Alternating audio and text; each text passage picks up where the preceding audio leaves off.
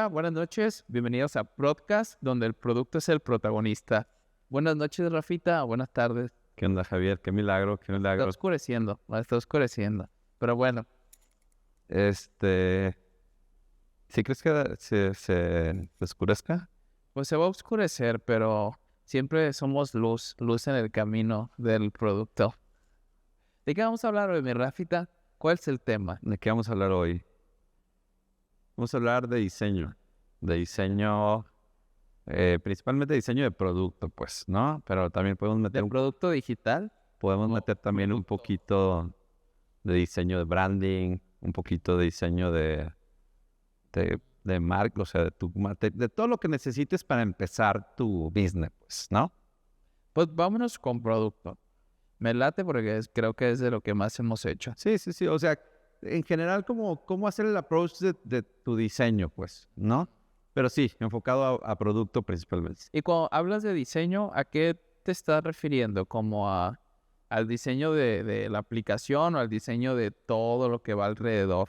Digo, al final, creo que te está diseñando todo, pues, ¿no? O sea, desde que diseñas tu modelo de negocio, digo, puedes hablar de diseño como el término, pues, pero creo que está mucho ese como ambigüedad en el término que hace que la gente, que no sé, se lleve una idea que quizás no es la más adecuada. Porque cuando hablas de diseño, pues normalmente tú lo relacionas con, pues el diseñar interfaces, pero pues el diseño de producto, pues cuando estás iniciando es pues prácticamente todo lo que conlleva hacer ese producto, desde diseñar el modelo de negocios, diseñar pues todo lo que va alrededor, las interfaces, incluso diseñar procesos internos dentro de la empresa. Entonces, para diseñar hay que diseñar todo. Y yo creo que la parte como más chistosa ahí es de que pues al final todo es un solo producto y todo tiene que ser como armónico. Entonces, cuando tú inicias a diseñar algo o vas a diseñar tu producto, ¿tú cómo inicias? Ok, o sea, Debes de tener un framework tú, ¿no? De algo de, hago esto y esto. digo, para los que no lo sepan, yo hoy en día soy ya más diseñador que otra cosa, ¿no? Trabajo como consultor de diseño de producto, pero también ahí muchas veces te meten, pues hazme un post para mi marketing. O sea, los clientes de repente escuchan diseño y es, bueno, pues diseñame unas tarjetas de presentación, ¿no? Súper común. Y hasta la fecha me sucede, ¿no? O sea, a lo mejor mis clientes de hoy en día son muy diferentes a los que tenía hace 20 años, pero yo empecé haciendo tarjetas de presentación, pues, y sitios web, pues. O sea, al final, por eso es Arizaga DD, era diseño y desarrollo, pues. Y empecé haciendo loguitos y tarjetas. Y hasta la fecha, pues, como que están mezclados esas como diferencias, pues no sabes el diseñador qué te va a hacer. Entonces, de repente contratas un diseñador para que te haga tu logo y también quieres que te haga el diseño de tu página y quieres que te haga la interfaz de tu producto, pues. Y bueno, y creo que esos términos están mezclados. Seguramente hay gente que ya los identifica y sabe que uno es el diseñador de branding o de marca y el otro es el diseñador UX y el otro es el diseñador UI y están después los UX writers y los service designers y hay como un chorro de especializaciones que ya empiezan a sonar más y la gente empieza a darles como un lugar en su cabeza cuando quieren contratar uno en específico, pues. Pero inicialmente, o sea, todo eso como que va cayendo a medida que vas creciendo el producto, la empresa. O sea, ¿cómo inicias? O sea, yo usualmente sí inicio siempre con un branding, pues desde que defines el nombre. Cuando pienso, voy a iniciar este negocio, pues lo primero que pienso es cuál va a ser el nombre. O sea, y eso creo que es muy natural que pensemos cuál es el nombre. Ok, ya que tienes el nombre, la sugerencia que tengo para el nombre es no lo sobrepienses, pues. El primero que digas, más o menos por ahí, ya, la fregada, no lo sobrepienses, que quede atrás, pues. Igual con el branding, pues, no lo sobrepienses, busca referencias. Yo creo que el trabajo de diseño, en cualquier parte del diseño, el 70% de la chamba, 80% a veces es referencias, buscar referencias. Y también aplica para UX y Pero también aplica ¿referencias de qué tipo? referencias de O sea, patrones de diseño o tipos de interfaces. ¿Qué? inspiración. O sea, inspiración desde competencia. ¿Qué hace la competencia? Marcas que admiras, que te gustan, pues. Desde productos que no tienen que ver con el tuyo necesariamente, que no tienen nada que ver con el tuyo, como un libro. De repente dices, "Ah, esto del libro me gustó y es un elemento que a lo mejor puedes reutilizar para aplicarlo en otra parte de tu producto". O de repente no sé, el estilo de alguna revista o el estilo de algún programa de televisión, de cómo manejan sus artes al presentar no sé, al programa. Entonces, de un chorro lados, de todos lados, puedes agarrar inspiración. Ahí está la frase de Picasso de a good artist copy, a great artist steal, ¿no? Que de repente hay mucha gente que lo entiende como quiere y hacen lo que quieren con esa frase, pero yo como lo interpreto es que al final, al robar algo de otra persona, no es que te estés aprovechando de esa persona, sino que lo haces tuyo. Tomas una referencia, una inspiración de cualquier otro artista o creador y lo haces tuyo. Le incrustas un elemento que es tuyo, por lo tanto te lo robas, pues. Que al final también es difícil copiar el diseño de algún producto, porque a nosotros nos ha pasado que nosotros diseñamos cierta cosa en el producto para cumplir con cierto problema que queremos resolver. Sí. Entonces nosotros hacemos una interfaz y nos queda de cierta manera y nosotros sabemos que esa interfaz no está tan bien hecha. Nosotros identificamos que no está cumpliendo bien con el objetivo. Y luego ha sucedido de que algunos competidores van y copian esa cosa que hicimos y cuando nosotros ya estábamos trabajando en la iteración, vemos que el competidor lo sacó y todavía lo sacó medio mocho porque para él tal vez el botón dijo, pues este botón que está aquí no tiene ningún sentido, cuando nosotros lo pusimos por una razón en especial. Entonces también como que no sé qué tan de acuerdo estoy con el tema de qué tanto puedes robar realmente, qué tanto puedes copiar un diseño de alguien más, porque ese alguien lo diseñó pensando en su cliente, en su problema, y tú al traértelo debes de ser consciente de que si te lo traes tal cual, posiblemente no te va a servir. O sea, tienes que inspirarte en eso, traértelo, pero hacerlo tuyo, robártelo. Es que esa frase también es, por eso es como ambigua, porque a eso bueno, yo eso creo que se refería a Picasso cuando lo dice, pues, cuando lo robas, le metes ese elemento tuyo, ¿no? Tienes que, porque no puedes agarrar y copiar un Uber y decir, ya copié Uber, voy a tener el mismo éxito que Uber. No, realmente hay mucho más allá de eso. Entonces, creo que sí, tienen razón en ese aspecto. O sea, te lo robas, pero al final no va a tener éxito si te lo robas así, tal cual. O sea, no es como que vas a hacer incluso un iPhone chino, pues no es igual que un iPhone normal, o sea, tiene sus limitantes. Entonces tú siempre tienes que ponerle como tu mejora o tu marca. Digo, al final hay muchas como tienes razón, pues, o sea, yo creo que sí hay muchos sesgos en el approach a ese mismo elemento de tomar una referencia, ¿no? Y sí, claro que sí hay gente que lo agarra nada más como con una ética dudosa, ¿no? De que, mira, hicieron eso, hazlo, porque lo están haciendo sin preguntarte más allá, ¿no?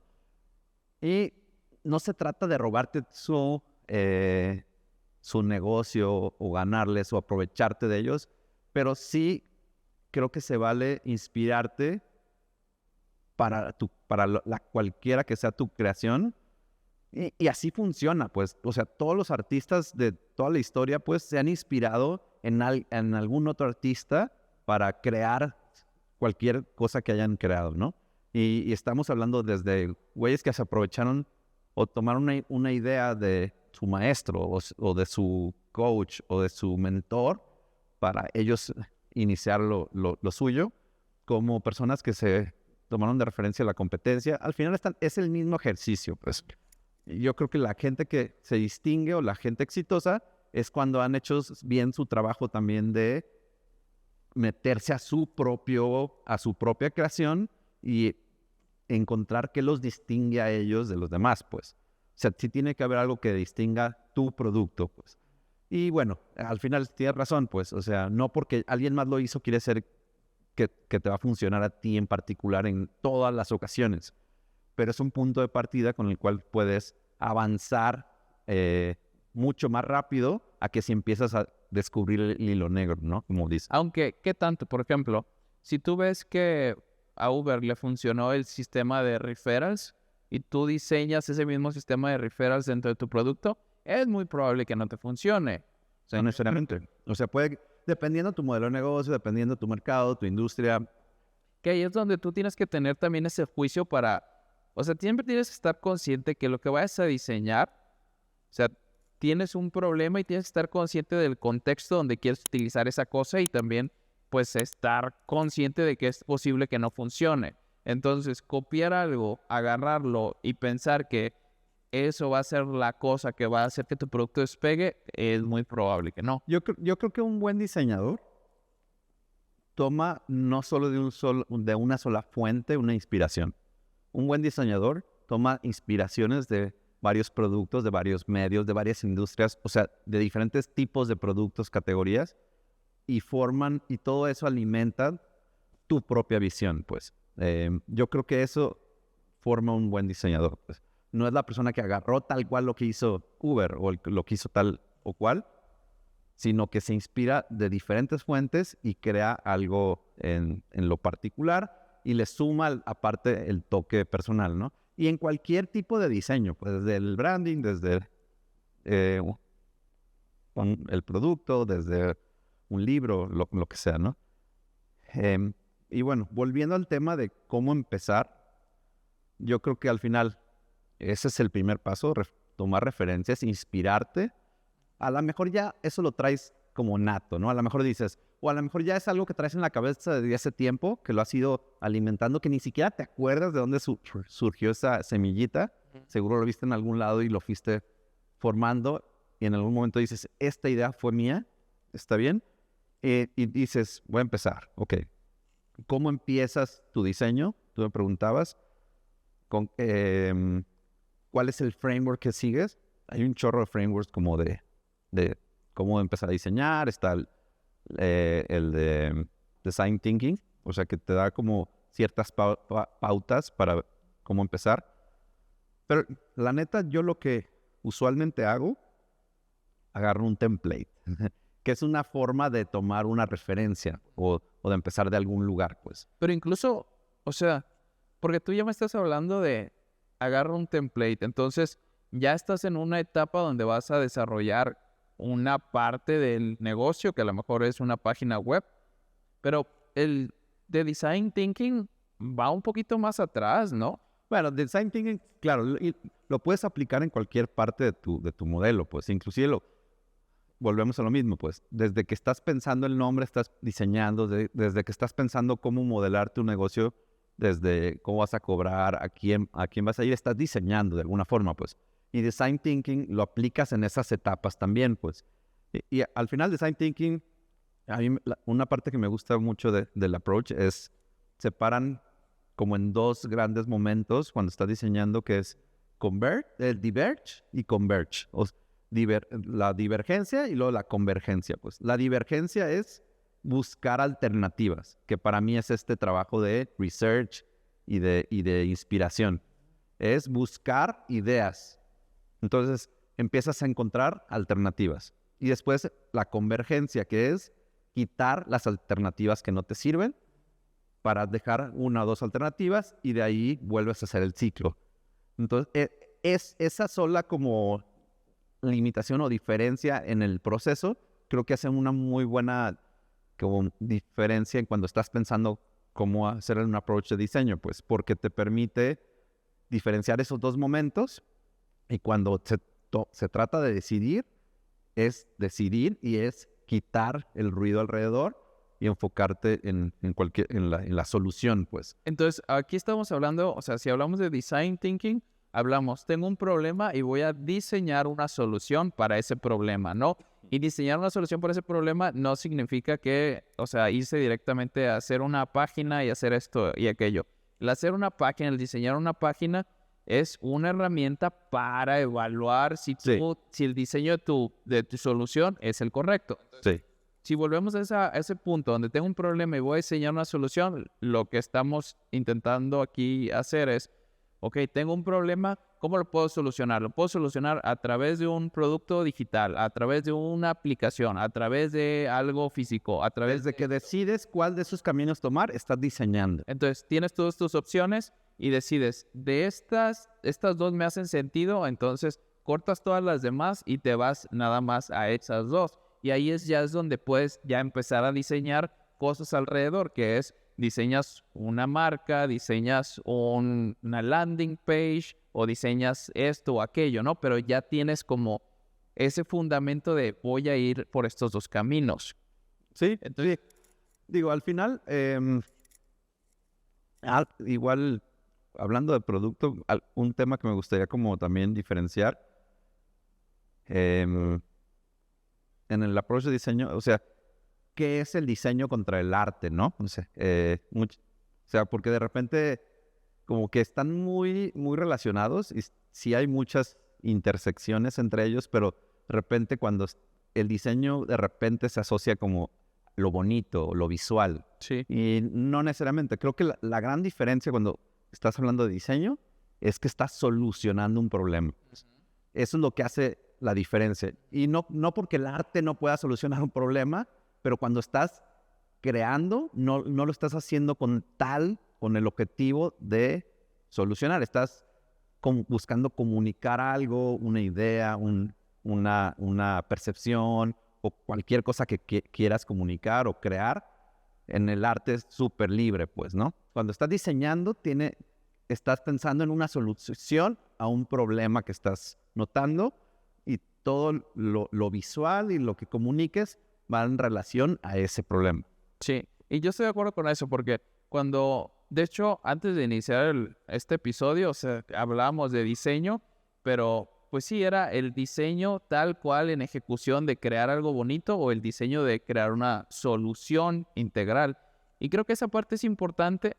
E incluso, en mi experiencia, cuando hemos hecho esto de tener diferentes posibles soluciones y luego seleccionar la que más hace sentido y después empezamos a diseñar para esa solución, normalmente incluso en la etapa inicial, por lo menos en nuestro estilo, no es necesario que quede súper bonito. O sea, lo que necesitas es algo ya operable, algo entendible. No tiene que ser perfecto y súper bonito, pero ya es algo trabajable. Tienes razón, ¿no?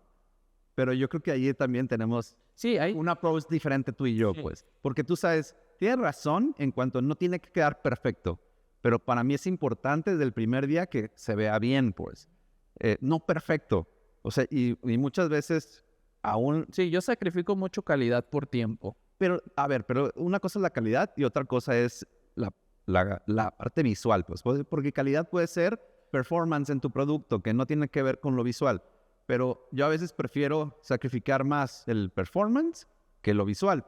Y no porque estén relacionados directamente, pero hay veces que yo sí le doy más peso para que mi branding se vea suficientemente bien, ¿no? Y ahí son diferentes enfoques. Tú siempre has tenido el enfoque de que se vea más bonito y aunque te tarde más tiempo. En el mío nunca ha sido así porque desde mi punto de vista es, tú tienes un problema y quieres ver si estas posibles soluciones que estás planteando van a ser las adecuadas. Si no, para volver a ese ciclo de vuelvo a tener un chorro de ideas sobre lo que aprendí y soluciones y vuelvo a iterar, ¿no? Entonces, para mí es súper importante el pasar por este ciclo las más veces posible y lo más rápido posible. Entonces, para mí, si yo hago una lista de soluciones, selecciono 2, 3, de esas 2, 3 saco páginas, templates, poquita modificación. O sea, la cosa es que estén muy rápidas ahí afuera, aunque estén feas. Lo que sí es muy importante para mí es la comunicación. No importa que el diseño visual esté feíto, sino que la comunicación sea la adecuada. Pero la comunicación te refieres al mensaje, al texto, al copy. Exacto, sí. Y ahí, Eso también en diseño. no, sí, pero ahí es donde yo sí le doy mucho peso, más que en lo visual, yo como en la comunicación le doy mucho peso, y eso es lo que a mí me ha funcionado, porque cuando tú tienes un problema y la gente necesita una solución, normalmente, desde mi experiencia, es si algo les hace sentido, no importa que la cosa no esté perfecta o muy bonita, sino yo necesito una solución, no importa que no sea perfecta, yo la quiero. Entonces, para mí, desde el punto de diseño, yo prefiero hacerlo así. Yo sé que tú no, pero yo prefiero hacerlo así para aprender más rápido y estar iterando. También hay muchas partes que conforman el diseño del producto, pues. Una partecita es lo visual, es una parte, pues. Sí. O sea, el copywriting o el texto o el mensaje es otra partecita, pues. Es otra o partezota, pues. El mensaje es muy importante. Otra parte es el flujo o el user flow o el diseño del proceso que sigue el usuario dentro de la interacción de tu producto. El paso a paso que va llevando el producto al usuario a que convierta o a que logre un objetivo dentro de tu producto. También estás diseñando ese proceso. Desde las fuentes que eliges, los márgenes o la parte ni siquiera la no visual, que es lo que no se muestra, el margen, eso es muy importante al momento que estás diseñando para que la gente ponga atención en ciertas partes, ¿no? Pero también depende de la etapa en la que estés. Por ejemplo, cuando ya tienes un producto o una solución que sí ya tiene cierto empuje o cierta trayectoria, ya a lo mejor ahí sí empiezas a jugar más con las etapas visuales o con el diseño visual, porque ya te estás enfocando en conversión o que la Pero gente estamos llegue a la estamos siguiente partiendo de etapa. cero, ¿no? Sí. Estamos partiendo de cero donde no tienes nada. Y sí, o sea, yo simplemente estoy como tratando de identificar todos los elementos que van a conformar tu producto. Y ahí es donde tú tienes que ser muy consciente de en qué etapa utilizar qué herramienta. Sí, claro. Y yo creo que algo de lo que dices, que lo hemos repetido en un buen de episodios, es el tema de iterar, aprender y iterar. Eso no No es cuestión. es cuestionable y no lo estamos como quitando de la mesa, ¿no? Simplemente a lo mejor el punto de partida es cómo empiezas con algo que te sientas cómodo, pues. El founder de LinkedIn tenía esta frase de si cuando lanzas no te avergüenza tu producto es porque lanzaste tarde, ¿no? También creo que es cierto, pues. Cuando lanzas tu primera versión, nunca va a ser el perfecta, pues. Y tú pones la métrica, pero lanza lo antes posible, ¿no? Pero fuera de eso, bueno, quiero como identificar un poquito de la parte de UX. O sea, ¿qué es el UX? Porque creo que de ahí parte un poquito el tema de hoy y del approach al producto, al diseño de producto. Y bueno, usualmente a mí la definición que me hace más sentido, porque hay un chorro de definiciones, es es la intersección entre la tecnología, la parte de negocios y la parte de diseño o visual, la parte visual. O sea, la intersección entre esas tres es el UX, ¿no? Y dentro del UX se encuentra el UI. O sea, el UI es la parte de la interfaz, lo que ves, que es lo que usualmente conocemos como diseño, pues. O la gente piensa diseño y piensa las formas, los botones o los colores, las fuentes. Esa es una parte del UX. Y después hay gente que tiene este término que es el CX, que es el Customer Experience. El UX es parte del Customer Experience. El Customer Experience incluye cualquier interacción que el usuario tiene con tu marca, inclusive una llamada, ¿no? A lo mejor en la llamada no está interactuando con nada visual ni siquiera, pues, pero la forma en cómo contestas el teléfono, lo que le dices, las palabras que le comentas, es parte de tu experiencia al cliente, pues. Entonces, y cuando pensamos de forma holística en tu experiencia hacia tu cliente, puedes pensar en más formas de mejorar su experiencia, pues. El UX es User Experience, es la experiencia que tienes dentro de tu interacción de tu producto, ¿no? Y bueno, hablando de UX, a mí me gusta más el término de Product Design más que UX Design, porque creo que se ve un poquito más holístico. Digo, hay muchas ambigüedades en las definiciones, pero bueno, me gusta más pensar como está diseñando un producto. Pues, el producto incluye la experiencia del usuario, pero cuando diseñas un producto, diseñas el modelo de negocio, el pricing, el mensaje, el branding, y bueno. Entonces, quieres empezar un producto. Ya tienes tu marca, a lo mejor para el logo, si no quieres agarrarte uno de inteligencia artificial o lo que sea, yo creo que es válido contratar un diseñador o contratar una agencia para que te hagan un branding. Un branding creo que es válido, pero puedes empezar sin branding también. Y puedes poner una tipografía y escribir X cosa y eso puede ser tu branding. Yo usualmente empiezo con un template, sea lo que sea que vaya a ser. Si ya sea una landing, ya sea una app, ya sea cualquier tipo de producto digital, me meto a buscar templates, me meto a Dribbble para buscar referencias de productos parecidos o de soluciones parecidas a lo que yo quiera lograr. Empiezo a hacer un mood board, que es bajar un chorro de referencias de diferentes cosas que me agradaron. Y de ahí empiezo a pelotearlo. Pues algo que hago es pelotear mucho con mis amigos, con usuarios, con coworkers, para ver qué piensan. Y de repente, ¿cómo ves este estilo? No, pues esto no me gusta, o esto sí. Y de repente eso me va llevando a armar o aterrizar más una idea, pues. El pelotearlo me ayuda mucho, ¿no? Que es una forma de validar. En cierta forma, es un usability test, básicamente. Y bueno, el usability test es una herramienta muy poderosa para hacer diseño de UX o de diseño de producto. Que en eso se trata, pues el usability test es mostrar tu diseño al menos a 5 personas. Ajá. Sin utilizar mucho tiempo ni nada, y eso te da un norte. Dicen que con 5 personas que presentes un diseño y que si encuentran un problema en común esas 5 personas, con que pases el test de 5 personas, a lo mejor el 80% de tus usuarios iban a encontrar ese mismo problema, ¿no? Es cierto. Y bueno, suponte que seleccionaste un template o encontraste algo que te gustó, después, ¿qué harías? Yo te pregunto a ti, ¿cuál es el approach que tú sigues? Yo normalmente no lo hago así. Bueno, antes sí lo hacía así. Entraba a algunas páginas, veía los diseños y ya sobre eso empezaba a armar la landing. Pero ahorita que lo pienso como en retrospectiva, yo lo hacía un poquito como para aterrizar ideas. O sea, la landing para mí era una manera como de propuesta de valor, cómo lo voy a acomodar, y ya de repente veía mi página y decía, no, es que esta cosa no se le entiende, o estas propuestas de valor ahora ya no me parecen tan valiosas. Entonces, era una manera en la que yo como que iniciaba y testeaba mi idea de cómo se iba a ver hacia el mercado y le hacía algunas modificaciones. Pero hoy en día, ahora que por ejemplo estamos entrando a Estados Unidos, empecé el diseño desde antes de tener una página.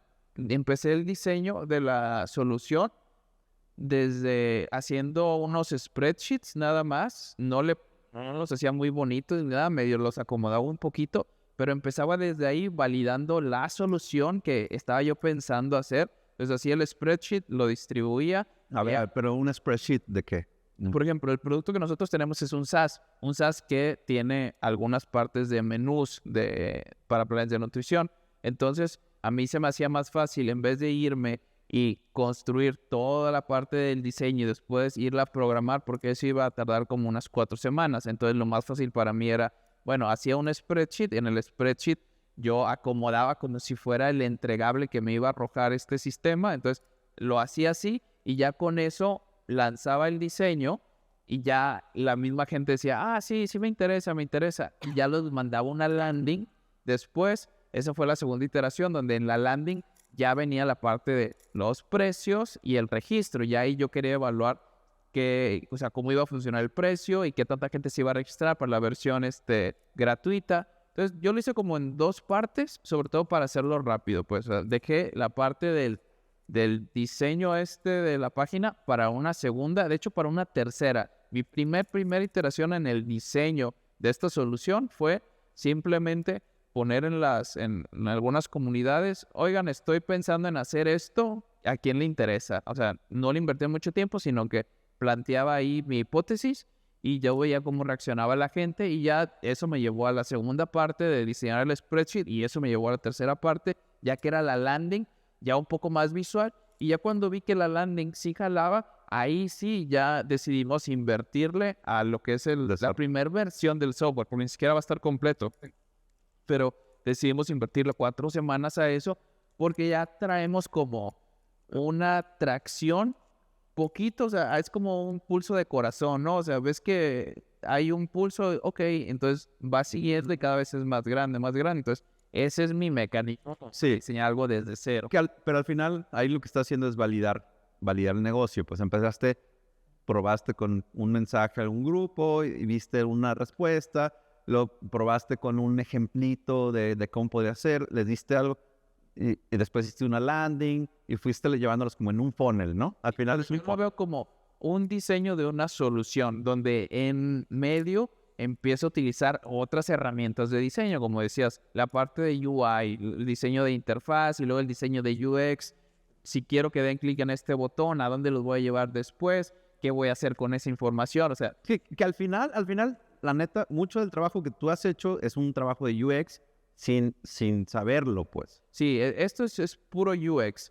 Y lo de UI, realmente, en mi experiencia, lo que es UI, nosotros siempre lo hemos postergado un poquito hacia el final. O sea, estamos conscientes de que un mal diseño de la interfaz te va a llevar a gente confundida que no sabe ni siquiera dónde cerrar o dónde le da hacia atrás. O sea, te vuelve un poquito confuso y desordenado tu producto, pero es algo que nosotros normalmente siempre tratamos de solucionar ya cuando el producto está corriendo, a costa de que sabemos que vamos a tener caídas de usuarios donde van a cancelar porque no entendieron el producto, pero es como un trade-off.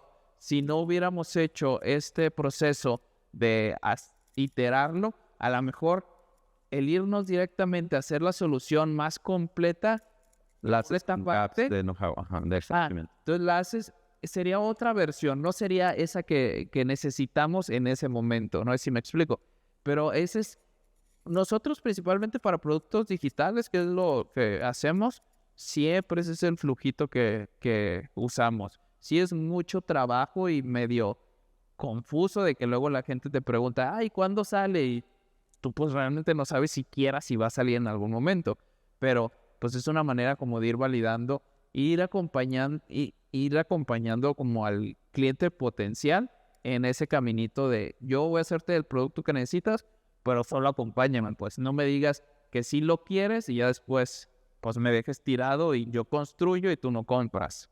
Entonces ese es como el flujo que nosotros normalmente, con el que yo estoy acostumbrado y me siento más cómodo trabajando. Sí, digo que está bien, es un approach como experimental, pues, ¿no? Que va alineado al tema del Lean Startup Que es lo que hemos hablado que aquí mucho tiempo.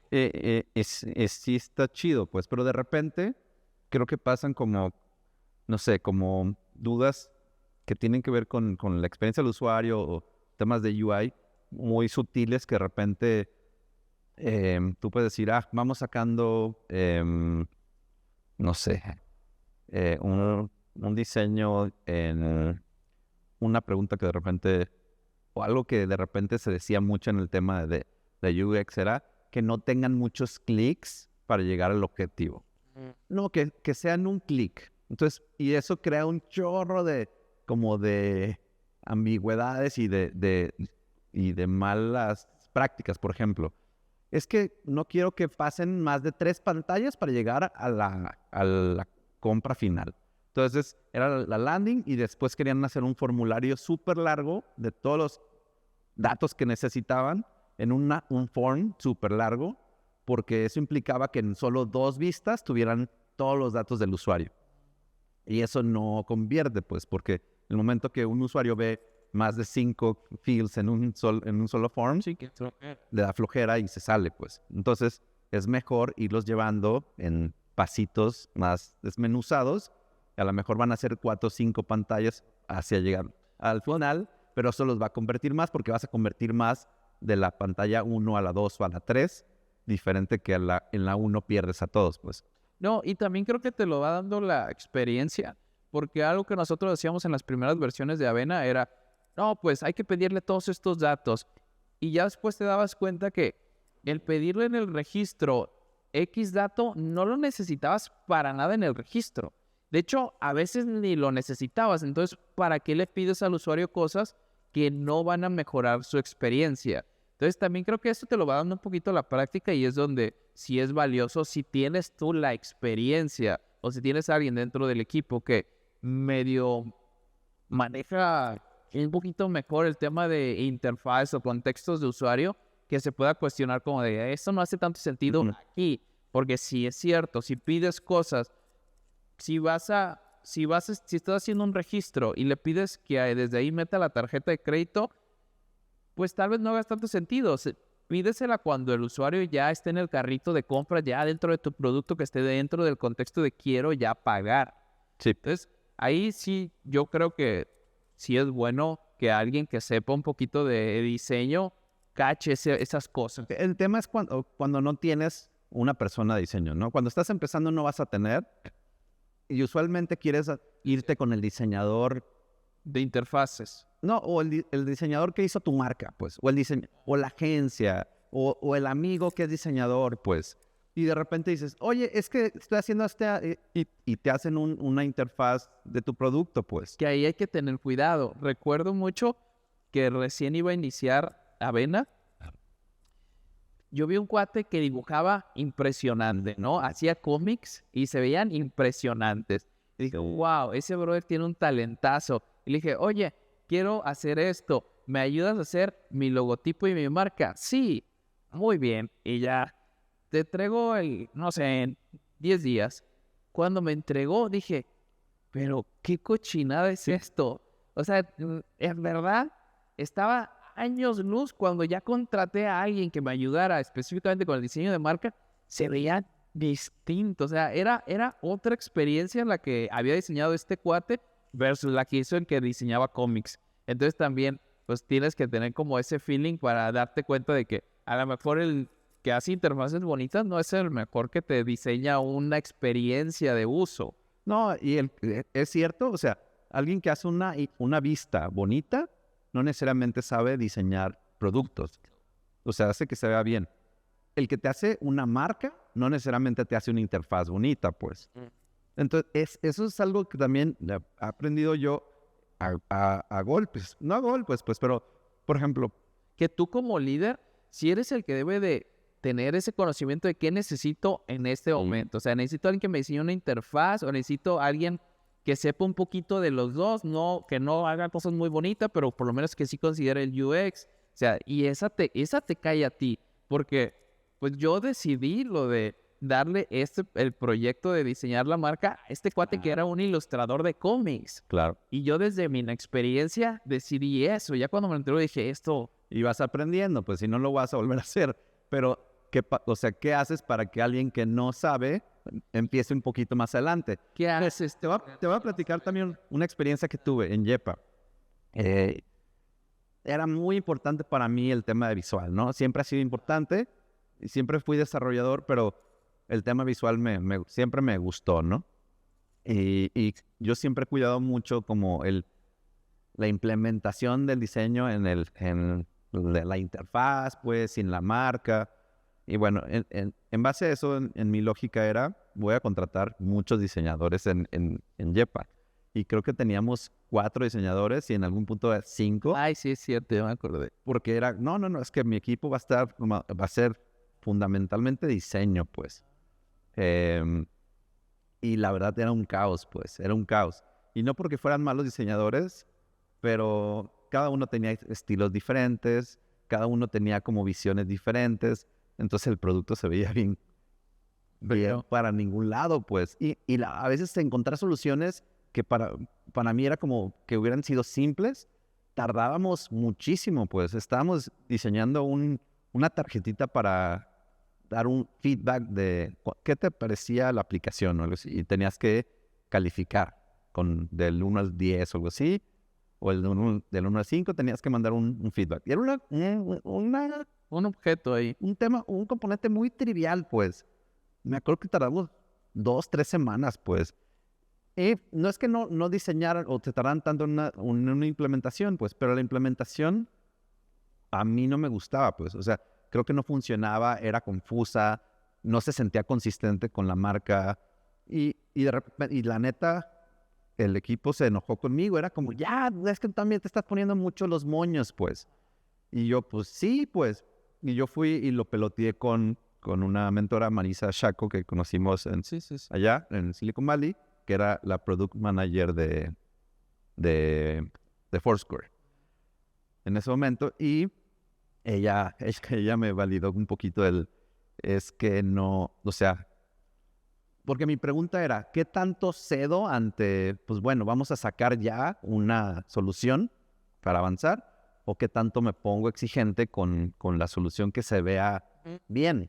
Porque también hay muchos temas bien difíciles de comunicar, como, híjole, es que no se ve consistente, pues, y eso es muy ambiguo, pues. Y bueno, ella me decía, no, pues es que entonces a lo mejor tienes que filtrar mejor a tu equipo de diseño, pues. O sea, quitar gente del equipo de diseño. Si no te está gustando. O simplemente ser más exigente con ellos. Y bueno, ahí yo aprendí que también, trabajar más en el trabajo de referencias, pues. O sea, darles más masticado lo que quería, pues. Ok, esta es la solución. Esta es una referencia porque eso les da una guía mental de por dónde ir, pues. Si no tienen, porque el tema es que todos eran diseñadores y habían hecho interfaces, pero nunca se habían metido al tema de UX como a profundidad, pues. Y todos estábamos aprendiendo ese tema en ese momento.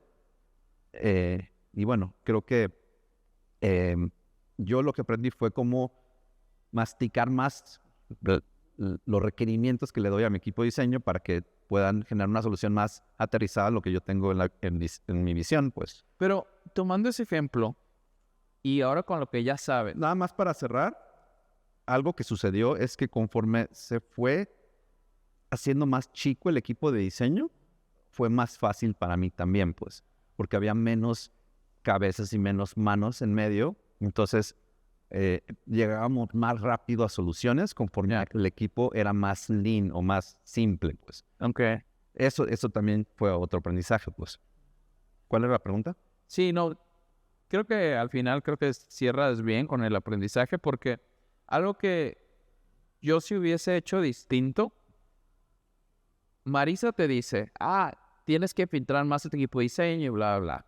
Pero ellos desde su experiencia de un producto que está más consolidado, donde no puedes hacer iteraciones a lo mejor, pues digamos, tan cuachalotas, entonces ella tiene que cuidar un poquito más. Pero a nivel startup, donde tú estás en una etapa como de aprendizaje, a lo mejor soltar un poquito más, que es lo que nosotros hacíamos. Ahorita ya no lo hacemos tanto, pero sí hacíamos eso de, ¿sabes qué? No me encanta, pero lánzalo y vemos qué pasa. Porque desde mi experiencia, cuando un usuario ya está usando tu producto, muchas veces tú quieres validar cosas y las sacas. En el momento que las saques, ya sea que te haya demorado porque quisiste que estuviera perfecto o porque lo quisiste muy rápido, pero muchas veces las sacas y no ves que esa cosa genere un uso. O sea, no ves que haya una retención. Por ejemplo, nosotros sacamos un feature que hacía una cosita con AI, ¿no? Entonces lo sacamos y empezamos a medir la retención. Entonces veíamos que del 100% de la gente que lo usaba, el 20% se mantenía en el tiempo. Entonces ahí ya es donde nosotros empezamos a evaluar hay dos caminos. Uno es, o no es suficientemente valioso, hay que quitarlo, o si está el 20%, podemos hacer que diseñándolo mejor, podremos llegar a 40 o a 60%. Entonces ahí yo creo que también es el feeling ya que tienes que tener a la hora de tomar decisiones de no sé si tiene suficiente potencial o no. Pero si también está muy claro de que nadie lo usó, de que del 100%, 1% lo estás usando, pues ahí sí lo matas. Sí, y tienes razón, pues, y al final no creo que esa solución hubiera matado el producto, pero siempre ha sido mi pregunta, ¿cómo llevas a un producto a que se sienta como un producto de clase mundial o un producto de calidad sin que tenga que dolerte tanto el proceso, pues? O sea, ¿cómo llevas a tu producto que se sienta pulido visualmente y que el producto se sienta de calidad sin que tengas que sufrirle tanto en el camino y tengas que invertirle tanto o como tú dices, mandando hasta el final y después cargar con problemas que pudiste haber solucionado en un principio? Y a la larga, eso también va construyendo tu branding, que a la larga va a pesar un buen, pues, o sea... Sí. Y ahí fíjate que algo, a lo mejor tú desde tu experiencia como diseñador cachas más esos problemas que tienen los productos y te das cuenta cuando un producto no está pulido. Y yo desde un punto de vista como más early adopter, por ejemplo, ahorita estamos utilizando un producto que ese producto es un plugin, lo pones a correr en tu explorador y tú vas dando clics en los botones y tú vas utilizando el producto, ¿no? Entonces con AI lo que hace es el mismo AI hace un audio que dice, da clic en el botón tal, da clic esto, escribe esto, entonces te va leyendo toda la pantalla, entonces te va generando una narrativa. Y a mí se me hace padre el producto. ¿Por qué? Porque nos ahorra un chorro de tiempo creando tutoriales. Pero cuando entras al producto, al dashboard, donde ya hacen modificaciones, está súper arcaico. Desde el punto donde no hay un lugar donde tengas la configuración para sacar las facturas, ¿no? Porque pues, es una suscripción, entonces no existe un lugar donde tú puedas descargar las facturas. Entonces desde ahí te das cuenta que el equipo de desarrollo no le pone atención a esa parte y tienes que ir al chat que usan Intercom. Oye, necesito la factura del mes pasado. Ah, sí, déjate la paso y te la paso por el chat. Entonces, ahí pues sí te das cuenta de esas deficiencias, pero también como usuario dices, bueno, me está solucionando lo que realmente quiero y no es perfecto, pero me soluciona esto. Entonces, ahí yo decido seguir con eso, aunque sé yo de entrada que el producto está cero pulido y tiene esos detalles tan obvios y yo sé que al final me resuelven el problema. Entonces, nosotros siempre hemos utilizado también esa misma línea. No sé si tengo mis sesgos de que me identifico con ellos en ese sentido, Sí. pero como usuario, Es que es si me cierto. resuelven mi core, Es cierto. Hay muchos productos que se ven súper feos, súper feos. Google se veía horrible durante 20 años, 15 años, horrible, pues. Pero lo que hacían, lo hacían muy bien. Y se veía horrible quizás en su UI, pero su UX, o sea, por ejemplo, el tema de simplicidad. el UX era buenísimo. O sea, simplicidad, ¿no? De una barrita y buscar. Donde entrabas en los otros buscadores y tenían un chingo de... Parecían periódicos, ¿no? Eran periódicos, básicamente. Entonces, eso los diferenció, pues, ¿no? Y bueno, y se veía feo, pues, pero su UX era bueno. Entonces, sí, hay como diferencias en hasta dónde cuidar lo visual o no. Pero lo que sí es que hay productos que se pueden dar ese lujo porque sí solucionan un problema muy, muy notorio y que quizás no tienen competencia tan fácil, pues. Pero donde saquen otro producto parecido, ¿por cuál te vas a ir? ¿Por el bonito o por el feo, pues? Fíjate, hay un caso... O el cómodo de usar o el que está incómodo de usar, pues. Fíjate, hay un caso interesante. Nosotros utilizábamos Intercom antes. Y antes tenían un modelo de negocios donde te cobraban una tarifa por cada 30 usuarios. Era como $1, ¿no? Entonces tú pagabas y tú todos los meses tú podías agarrar y decir, estos usuarios ya no me interesan, los borrabas y tu siguiente tarifa iba sobre los usuarios que habías tenido en el mes. Entonces, de pronto, agarraron un día y dijeron, no, ahora vamos a cobrar sobre usuarios activos en los últimos 3 meses. ¿Qué es eso? Entonces, si tú mandas un mail o mandas un mensaje, ese te lo voy a cobrar durante 3 meses. Y fue como de, ¿what?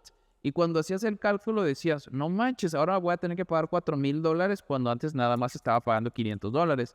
Entonces dices, se me va muchísimo. Entonces lo que hicimos fue, había otro producto que se llama Crisp. Entonces agarramos Crisp Y Chris te hacía exactamente lo mismo que Intercom. Pero cuando ya empiezas a sumergirte en el producto, te das cuenta de que sí mandamos emails, pero ¿qué crees? No tenemos templates y tampoco puedes modificar templates y tampoco puedes mandar eventos para hacer trigger de los emails. Entonces es como, uy, pues sí tienes emails, pero los tienes al 50%. Ah, bueno, voy a utilizar esta función de mensajes automáticos. Igual, ¿no? De que, no, pues no puedes hacer reglas automáticas, no puedes hacer esto y aquello, pero sí tengo la opción de mandar mensajes. Entonces, tenía un producto que tenía las mismas funciones aparentemente, pero ya a la hora de utilizarlo, híjole, era una pesadilla. Entonces, al final, tuvimos que regresar a Intercom. Ahorita, pues, nosotros utilizamos Intercom. Entonces, este producto, a pesar de que era más barato, sí tenía esas deficiencias que no estoy seguro si decir que era No era 100% diseño, pues. diseño, Es más como... diseño de Es producto, era un mejor producto. pero no tanto visual. O sea, visual también era más En funcionalidad. pero las funcionalidades, o sea, yo hubiese preferido que a lo mejor, en vez de tener todas las integraciones y todo lo que tenían, que a lo mejor hicieran dos cosas bien, no importa que estuvieran feas, a que quisieran haber hecho tantas cosas mal. Entonces, ahí sí, yo sí pienso que los productos, sobre todo cuando estás iniciando, enfocarte en una sola cosa y hacerla bien. Eso. O sea, y los de YC dicen esto mucho, pues, que un buen producto es un producto que hace una sola cosa, pero la hace mejor que nadie. Mejor que nadie. En un inicio eso tiene que ser tu objetivo. Y eso solito también te ayuda a tomar decisiones, pues, si no aporta a esta parte de mi producto, no lo metas, pues. Muchas veces creemos que agregando cosas mejoramos a nuestro producto, y no. Muchas veces metiendo cosas, lo que haces es confundir, pues.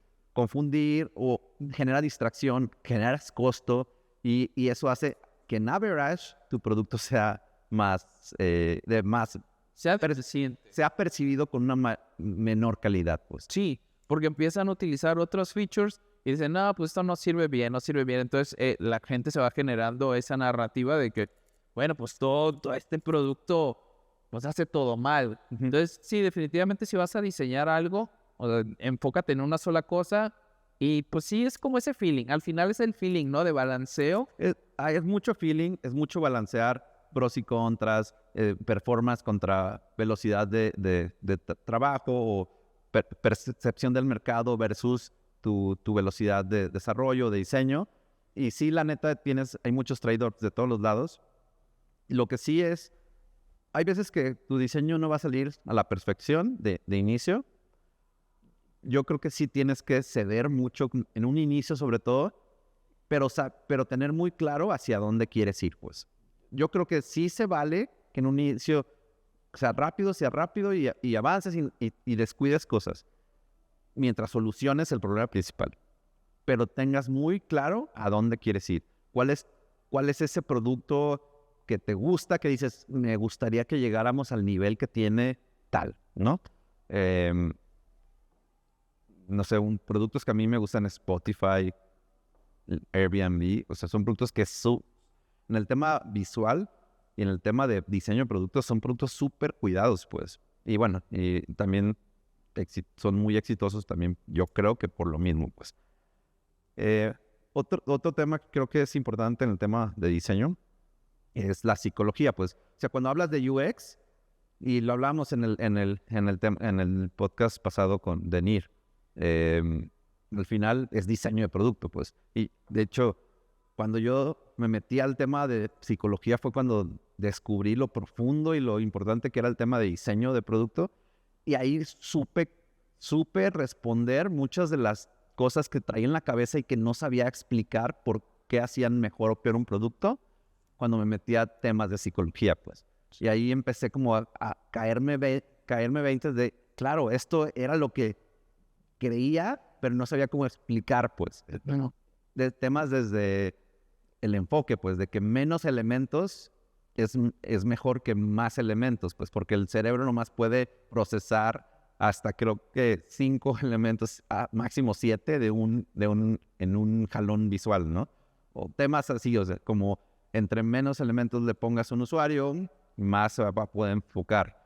Temas como agrupar los márgenes por eso son bien importantes, porque entre más espaciados estén las cosas, más foco les puedes dar a un solo grupo, pues.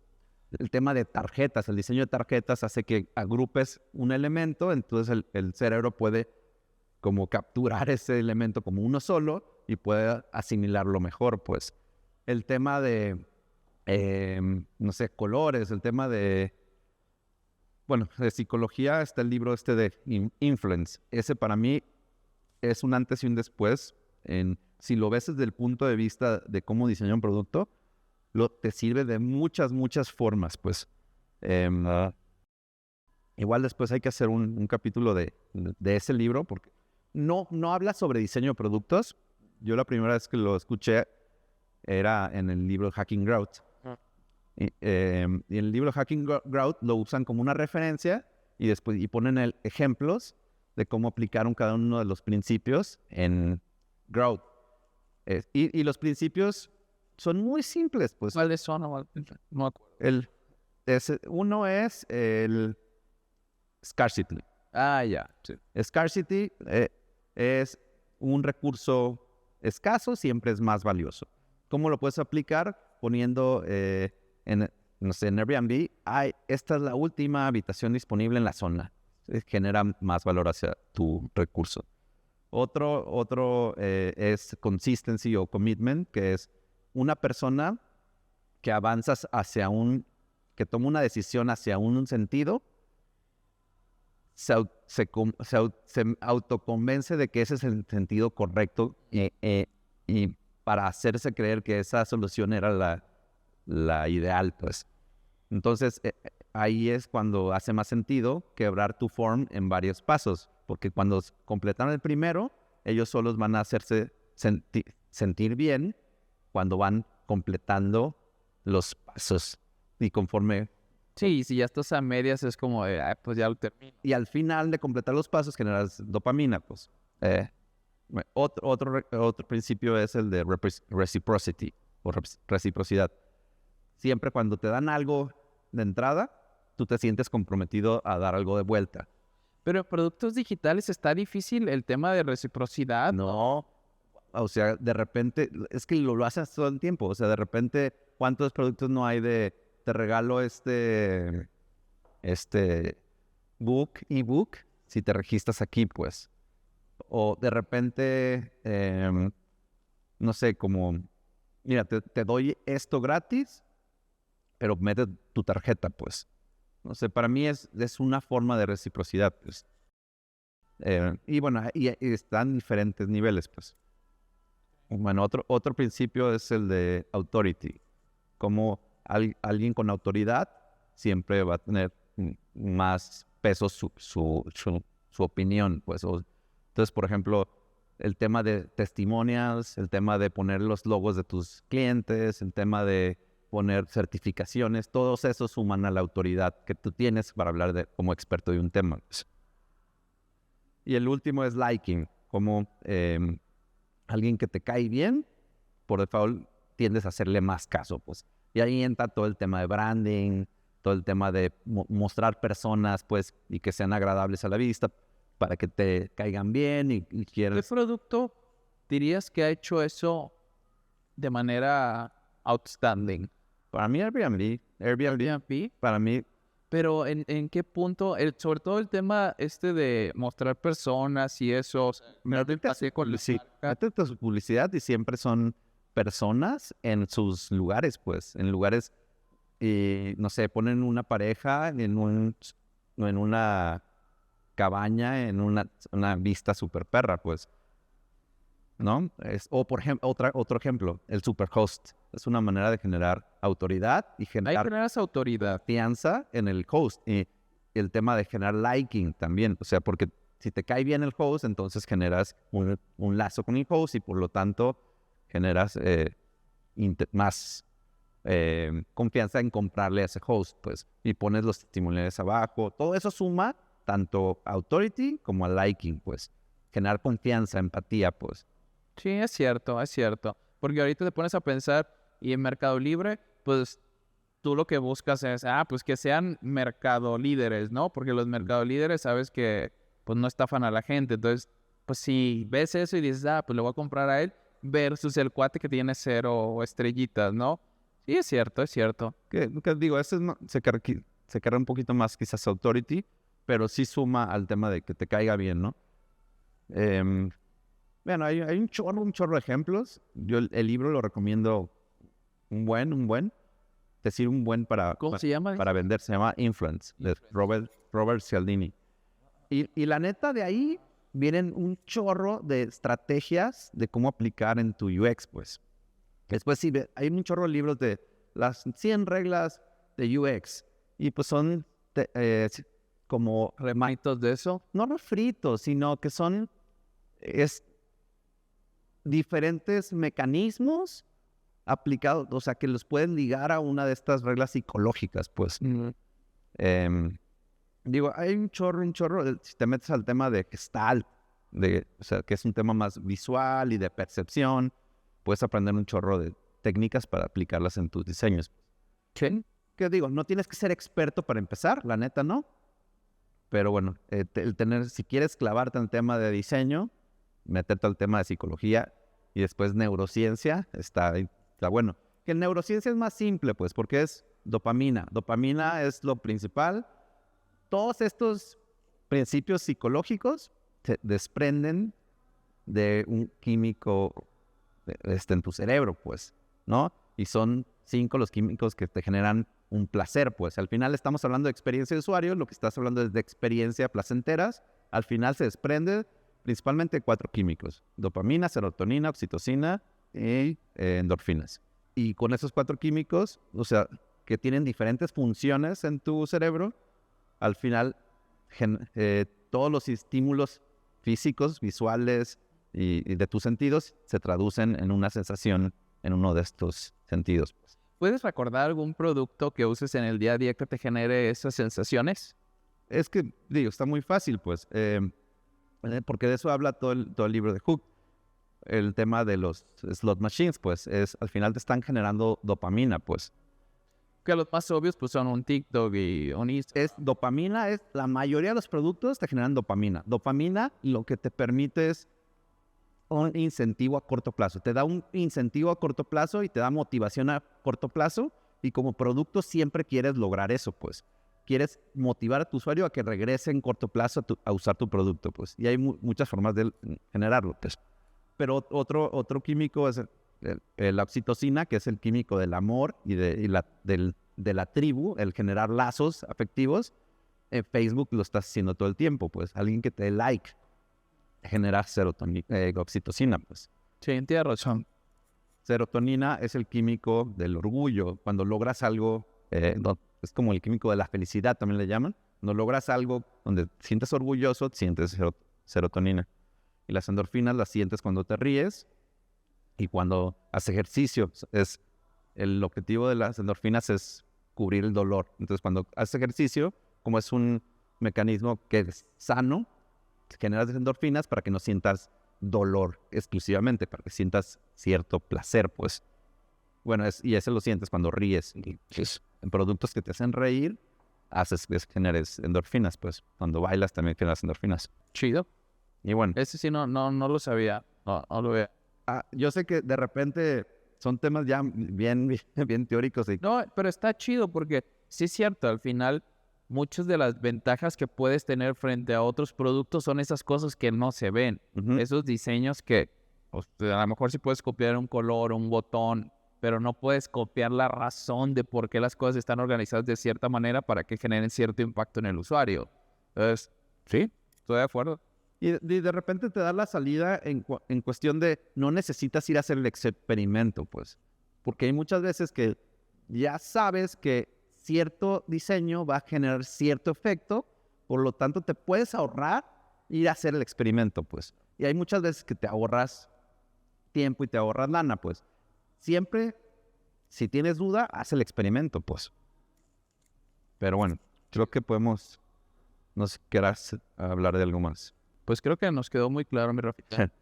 Entonces sí está bien amplio el tema, y ya cuando te metes a la psicología, tal vez a eso hablemos en otro. Además, está bien amplio el tema. Nomás igual para cerrar, en un inicio yo no me estresaría mucho por el diseño. yo creo que el approach que tú dices de iterar es más que suficiente, pues. Si yo puedo dar como un punto que yo recomiendo es que tengan un buen trabajo de research y de inspiración, de referencias, pues. Yo creo que si haces esos dos ejercicios bien hechos, te va a dar elementos para que empieces desde un punto más aventajado tu producto, pues. Estoy de acuerdo contigo, mi Rafita. Listo, pues. Pues listo. Nos vemos, chicos. Bye, bye.